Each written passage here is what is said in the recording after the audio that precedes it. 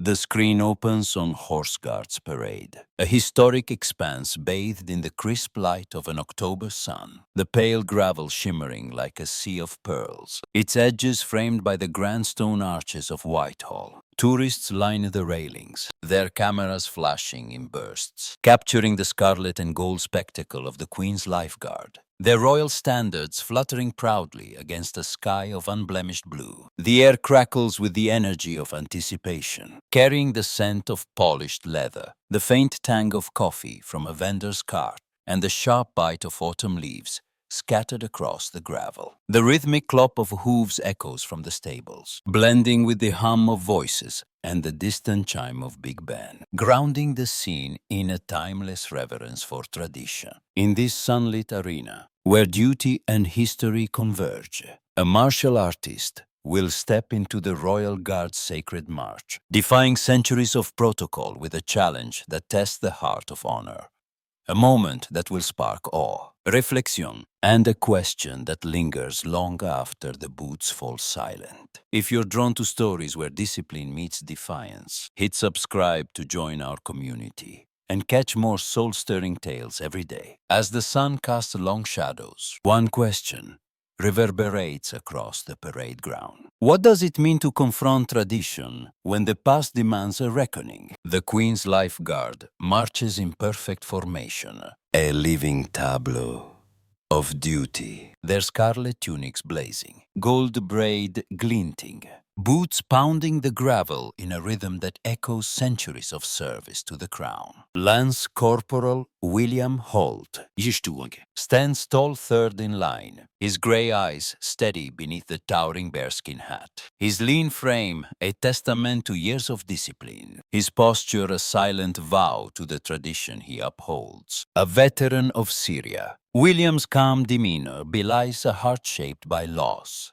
His closest friend, Private Tom Reynolds, fell to an IED in Aleppo, a wound that fuels William's quiet resolve to honor those who serve through his duty. His face, weathered by sun and service, is a mask of stoic focus, but his gray eyes scan the crowd with a soldier's vigilance, tempered by a humility forged in the crucible of war. A flashback transports us to a dusty Syrian checkpoint, where William, his uniform streaked with sand, cradles Tom's body, his hand steady despite his grief, his whispered promise, "I'll carry you with me," a vow that lingers in his scarlet tunic, in every step he takes. Now, as a lifeguard, his duty is to march as a symbol of the crown's honor, his saber at his side, his boots in sync, his heart tethered to the rhythm of tradition. But his instincts remain alert, ready to respond to the unexpected in this sunlit parade ground. Among the throng of tourists, families snapping photos, guides reciting history, children clutching miniature Union Jacks, Marcus Teller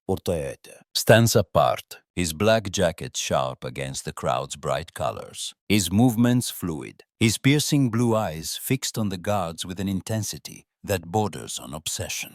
A former paratrooper turned Krav Maga expert, Marcus is a man driven by a need to confront the past that haunts him, a botched mission in Kandahar, where his silence cost lives, including his brother in arms, a loss that shattered his faith in blind duty. His physique, honed by years of martial arts, exudes controlled power. His stance balanced, his hands relaxed but ready, his gaze locked on the guard's march, seeing not ceremony, but a challenge to the silence he blames for his pain. A flashback shows Marcus in Kandahar, his uniform soaked with sweat, hesitating to call out an ambush, the explosion that followed searing his memory, the screams of his squad, a wound that drives his defiance. Now, in the crowd, he watches the guard's rhythm, his heart pounding, his need to test their honor a fire that consumes him, his presence a quiet storm waiting to break over the parade ground. The conflict ignites as Marcus ducks under the rope barrier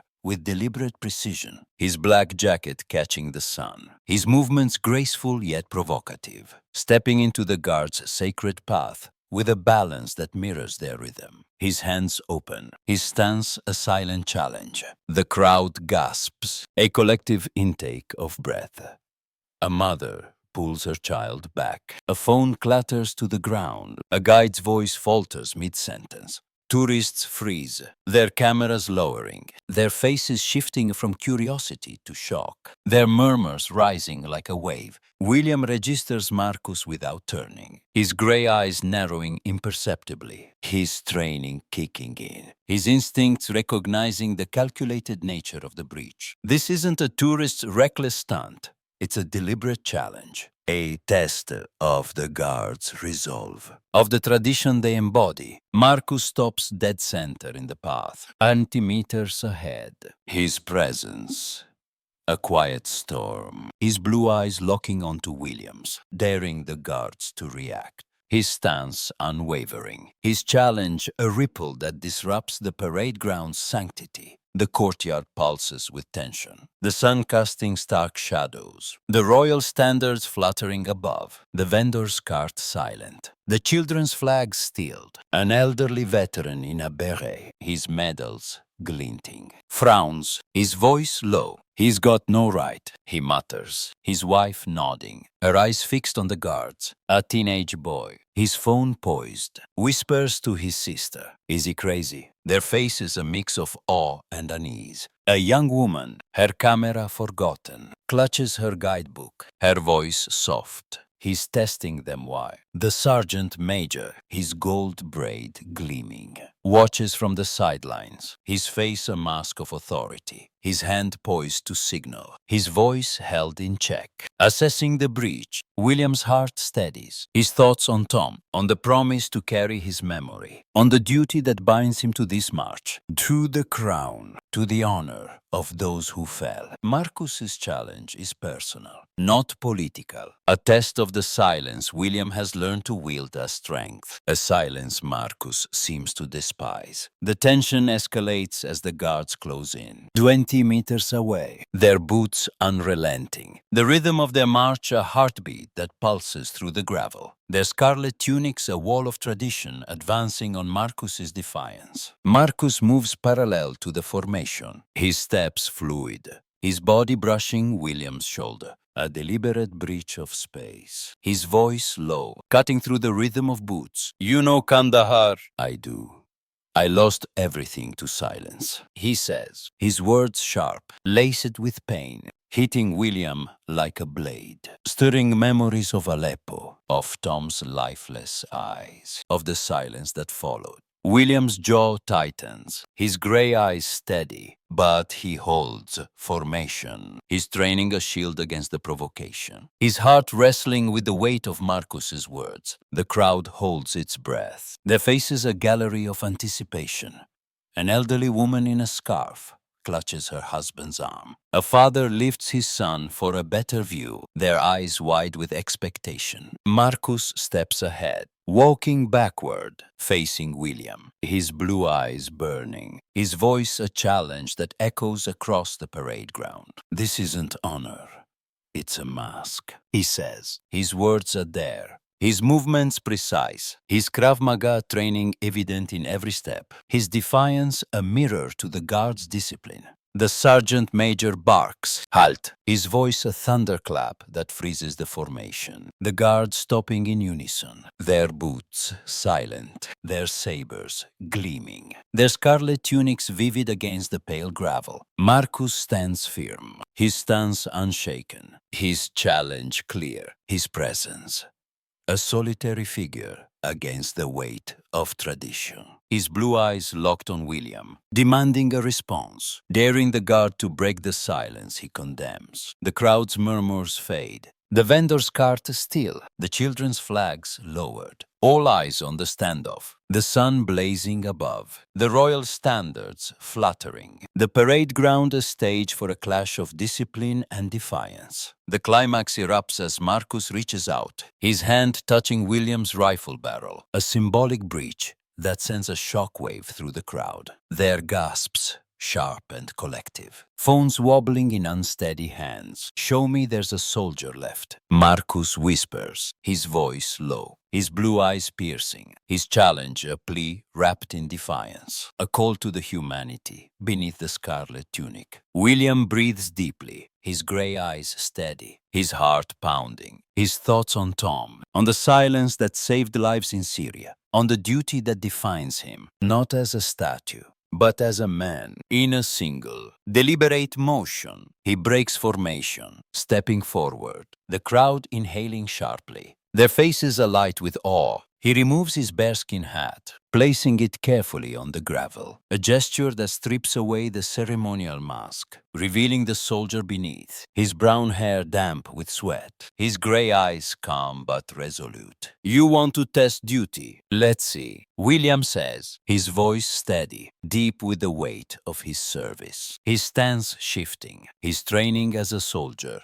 meeting Marcus's challenge on equal ground. With precision, not force, he executes a controlled takedown, his movements swift and disciplined, pinning Marcus to the gravel in a hold that neutralizes without harming. His hands firm but measured, his gray eyes locked on Marcus's, conveying not anger, but clarity. The crowd gasps, their phones wobbling, their faces a gallery of shock and admiration. The elderly veteran nodding, his medals glinting, his voice low. "That's a soldier's answer," he says, his wife clapping softly, her eyes glistening. William rises, replacing his bearskin hat, his scarlet tunic vivid, his posture restored, his gray eyes calm, his action a testament to the discipline that allows defiance to be met with honor, not chaos. The resolution unfolds as the sergeant major signals, his voice sharp. "Resume." The march continues, boots pounding the gravel, the rhythm unbroken, the scarlet and gold formation moving as if nothing happened, the royal standards fluttering above, the sun casting long shadows across the parade ground. Marcus remains on the gravel, his black jacket dusted with pale grit, his blue eyes reflective, his defiance softened by the clarity of William's response. He expected chaos, a fight, a break in the guard's stoic facade, but found instead a soldier's discipline, a controlled strength that answered his challenge without surrendering honor. He rises, slowly, brushing off his jacket, his face somber but enlightened. His need to confront the past met with a lesson in the power of measured action. The crowd watches in awe, their applause soft but growing, a tide of respect for the guard who stepped out, for the man who challenged him, for the moment that bridged their pain. The elderly veteran, his beret steady, approaches Marcus, his voice warm but firm. "You pushed, lad, but he showed you what duty means," he says, his medals a testament to his own battles, his hand resting briefly on Marcus's shoulder, a gesture of understanding. The teenage boy, his phone now lowered, claps, his sister nodding, their faces lit with admiration. "That was epic," he says, his voice awed.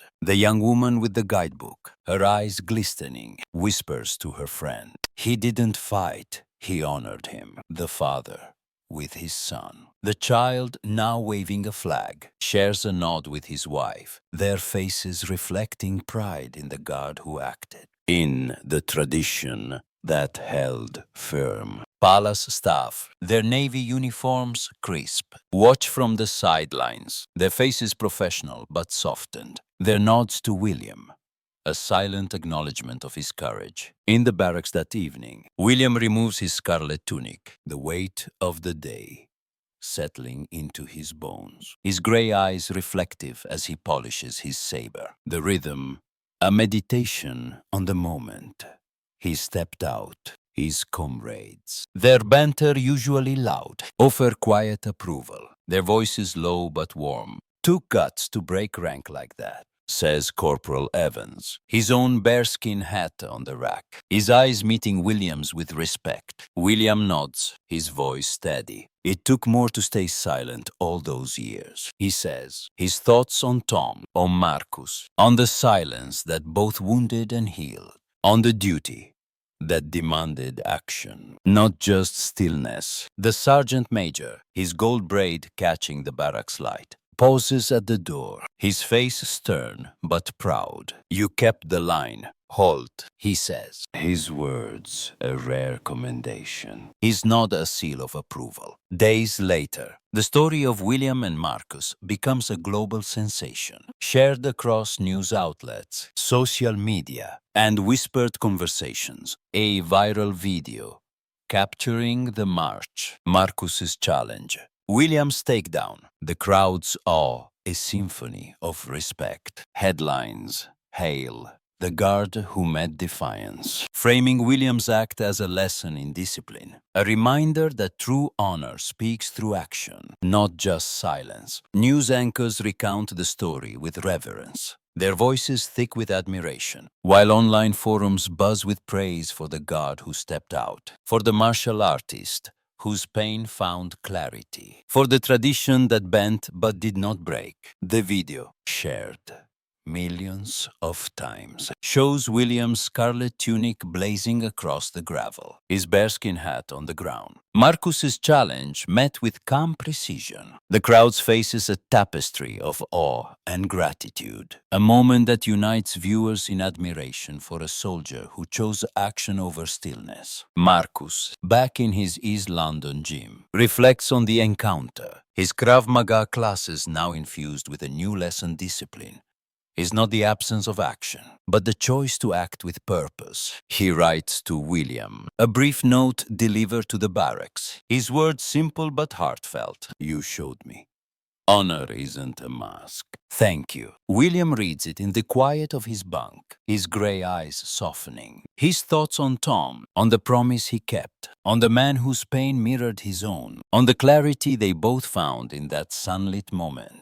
He tucks the note into his locker, next to a faded photo of Tom. Their smiles a reminder of why he marches, why he acted, why he carries the weight of duty. At a private ceremony in Horse Guard's banqueting room, William stands before Colonel Sir Edward Vance, his scarlet tunic gleaming under crystal chandeliers, the air rich with the scent of polished oak and fresh lilies. Vance, his face stern but warm, his silver hair catching the light, pins the Queen's Life Guard commendation to William's chest. A rare honor for acts that uphold the Crown's values in extraordinary ways. You honor the Crown by meeting his challenge. Lance Corporal, Vance says, his voice resonant, his eyes meeting William's with pride. Your discipline was our strength, your action our heart. The king is proud. William's gray eyes glisten.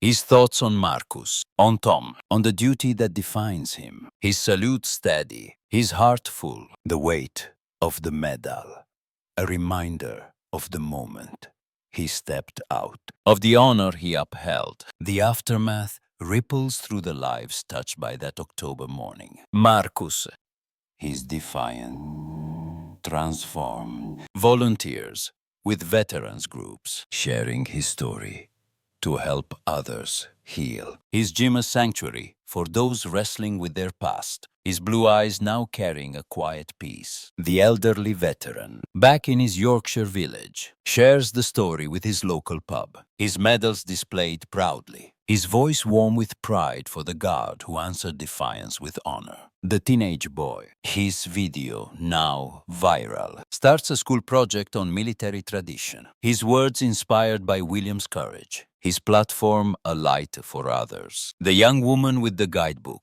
now a history student, writes an essay on the guard's resilience, her words a tribute to the moment she witnessed, her perspective shaped by the parade ground's drama. William returns to his post the following week, the October sun now softer, the parade ground alive with new tourists, their cameras flashing, their voices a familiar hum. His scarlet tunic glows, his bearskin hat steady, his saber a vow to protect, its weight a reminder of the duty he carries. The crowd, unaware of the drama, snaps photos, but the vendor, his cart adorned with a small Union Jack, nods to William, his smile a quiet acknowledgement of the hero beneath the uniform. palace staff passing by offer subtle nods, their respect unspoken but profound. Their pride in William, a shared secret among those who serve the crown. In his quiet moments, William thinks of Marcus's note, of Tom's smile, of the vow he made in Syria to honor the fallen through action, of the lesson that discipline is not just in standing still, but in stepping forward when honor demands it. The Horse Guards Parade, with its pale gravel and royal standards, stands as it always has, a witness to countless moments of courage. Its honor upheld by a guard who met defiance with disciplined action, who answered the challenge without losing his soul, who showed that tradition can bend to meet the human heart. The story of that crisp October morning is a parable of honor, a testament to the power of a single moment to bridge pain and purpose, to remind us that true discipline speaks through action, not silence, that a martial artist's challenge can call forth a soldier's soul, that a guard's response can echo beyond the parade ground, uniting us in the belief that duty is not just in the march, but in the choice to act with heart. Lance Corporal William Holt, with his soldier's instincts and quiet resolve, proved that discipline can meet defiance, that a guard's action can heal a wound, that a moment of courage can redefine honor for us all. Sometimes, true discipline speaks through action, not silence. What does honor mean to you? Have you ever faced a moment where you had to step out of line to uphold what's right? Where a challenge demanded your strength? Where your heart refused to stay silent? Share your story in the comments below. Tell us about the choices that defined your duty, the moments that tested your resolve, the lessons that linger like a guard's steady gaze. If you're inspired by stories like William Holt's and Marcus Teller's stories of discipline, defiance, and the courage to act with honor, hit that like button, subscribe, and ring the bell. Join our community for more tales that uplift, that challenge, that remind us of the strength within us all every single day.